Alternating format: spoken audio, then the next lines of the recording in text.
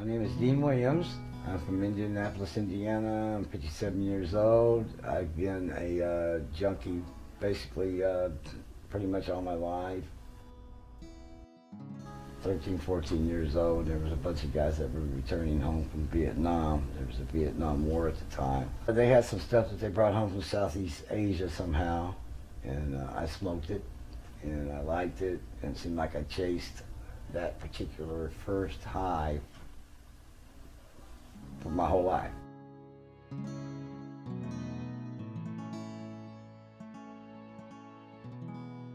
Particular day that they got me, I believe I was staying at my mother's house. 6 o'clock in the morning, I woke up to get a cup of coffee. Didn't have no fix yet. I'm what you call a street addict. Okay, I'm no big time dealer or whatnot, so therefore I went out basically and got my stuff on a day-to-day basis.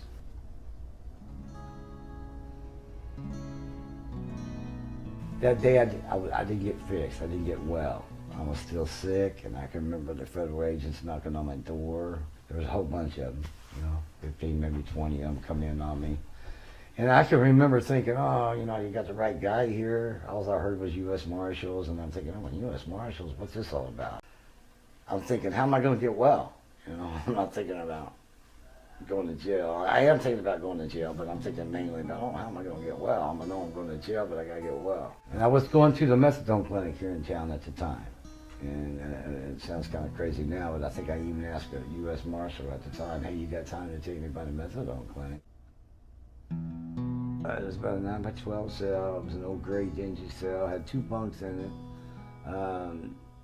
The mats that they give you might as well have been rugs. There was no mats. You had a toilet there that didn't have a seat on it. It was a round stainless steel toilet. There was a guy in the cell there with me, and the operation that I happened to be in was on the news that night. And I can remember telling the guy, hey guy, look, I don't mean to be disrespectful to you, but I'm coming off heroin, as you see, and the guy happened to recognize me on TV, so he happened to move out of the jail and left me there, or the cell. He was kind enough to let me have the cell for myself, which I needed.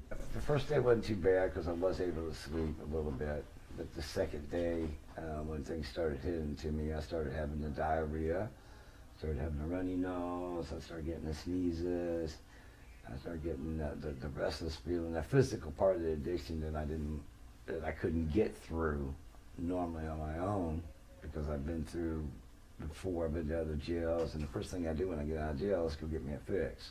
So I toughed it out, had to sell to myself, and I practically lived on the toilet that day. I remember, I had diarrhea so bad. I passed up on the food, I couldn't eat.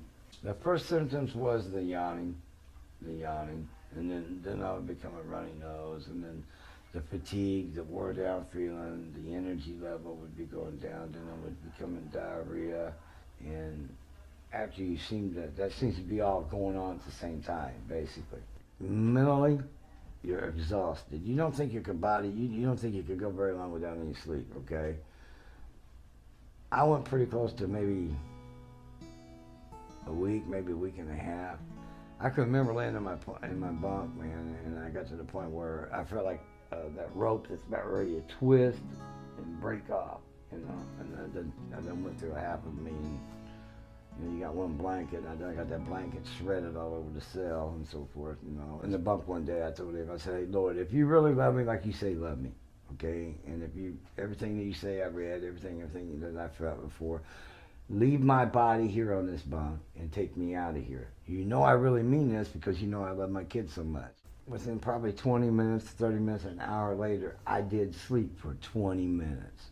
Instead of being up for a week or so, I might be up 2 days, okay? And then I would sleep for maybe 40 minutes.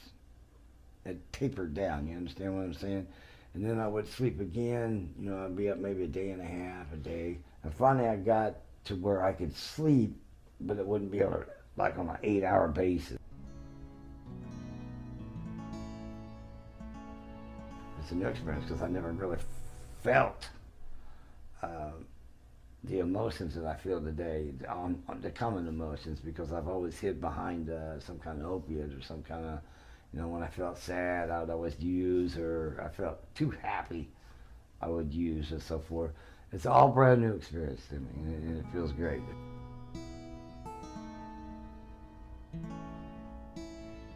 When I went to prison, the Metals Project was one of the worst crime-infested areas in the city of Indianapolis. It was the ghettos. It was the place to go cop anything and everything that you wanted. There was murders, whatever, everything went on in there, okay? When I come out of prison, and I was in the halfway house, they tore most of those down, but they left two of them. Now, today, it's $1 billion federal housing project that's got swimming pools, got spas, it's got a great place to live, it's got a waiting list for people to move in. It's one of the best places in town, practically, to live, but it's an ongoing project, you know. And we painted the whole project, interior and exterior.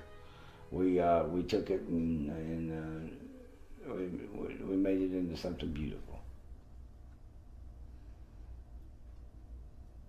I would look back on those older monuments that they had there, you know, with the weeds growing up and the windows knocked out and just the old body shell there. I would think back of how you used to go into those projects there and how you used to cop and how it was a dangerous place to go to. I could see the old and the new. I could see those two buildings and think, gosh, that's the way I was before to the new part to what I'm doing today, you know. And physically, that lives within us all, you know. With addiction, you got to go through the old to the new. I mean, the old's always going to be there, and I pray it for what forever will not go away. I mean, not live that lifestyle, but be there because it's a reminder of a place that you used to live to a different place. You know, a place of transformation, a renewal of the mind, a better lifestyle, that sort of thing.